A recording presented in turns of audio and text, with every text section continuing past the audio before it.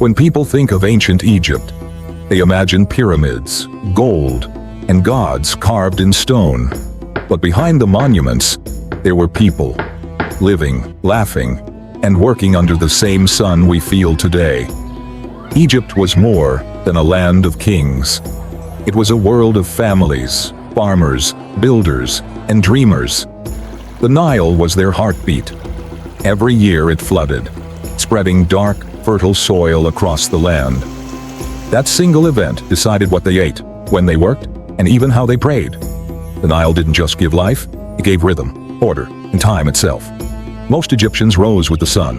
The first meal of the day was simple: rough bread made from barley and emmer wheat, washed down with beer thick enough to chew. Yes, beer. Everyone drank it. Men, women, even children. It was safe, nutritious, and full of calories.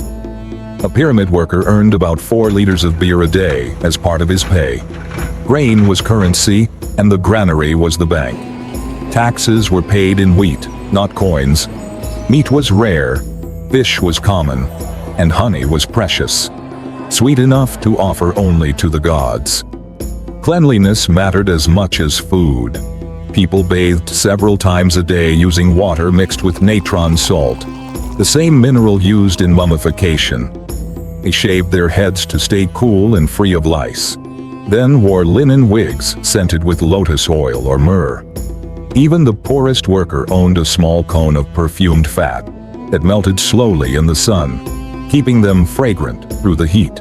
3,000 years before deodorant, they already had it figured out. Men and women both wore makeup. Black coal around the eyes, green malachite for shadow. The minerals protected against sunlight and infection. Beauty and medicine combined in one stroke. Their mirrors, brushes, and perfume jars were the birth of the beauty industry itself. Clothing was simple but refined. Linen was everything. Light, white, and cool. The wealthier you were, the thinner your linen. The poorest wore coarse fabric. Nobles wore cloth so fine it was nearly transparent. Fashion was comfort, but it was also pride. Homes were small, built from mud brick to keep the heat out and the cool in. Inside there were clay jars, low stools, and a single wooden bed. At night, families slept on the roof beneath the desert sky.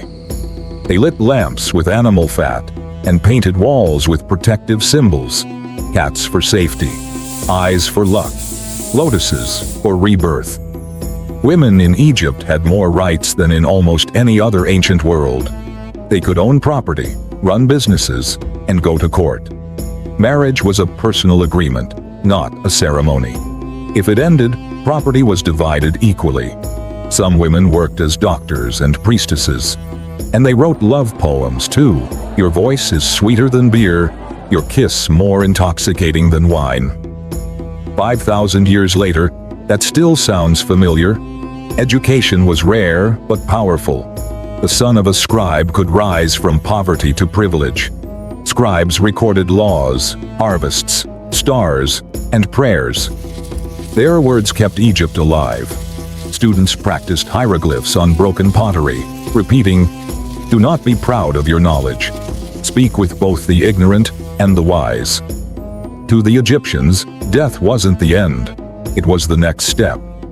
They believed the heart would be weighed against a feather of truth. A light heart passed into the field of reeds, a perfect Egypt where the Nile never failed and families met again.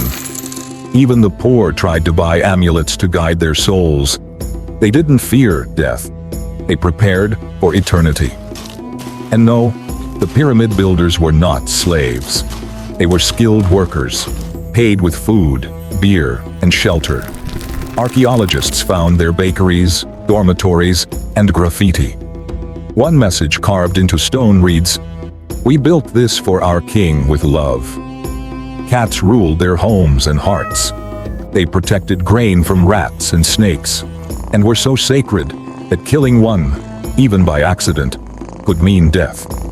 Families mourned by shaving their eyebrows. Some even mummified their cats to meet again, one in the afterlife. For the Egyptians, Life and death were not opposites. They were partners in the same eternal dance. They believed the gods lived among them, in the wind, in the flood, in the stars above. Their greatest achievement wasn't just the pyramids. It was balance between nature and faith, between chaos and order, between life and eternity. Maybe that's why Egypt still feels alive today. Because they mastered something timeless. Not how to die beautifully, but how to live with meaning.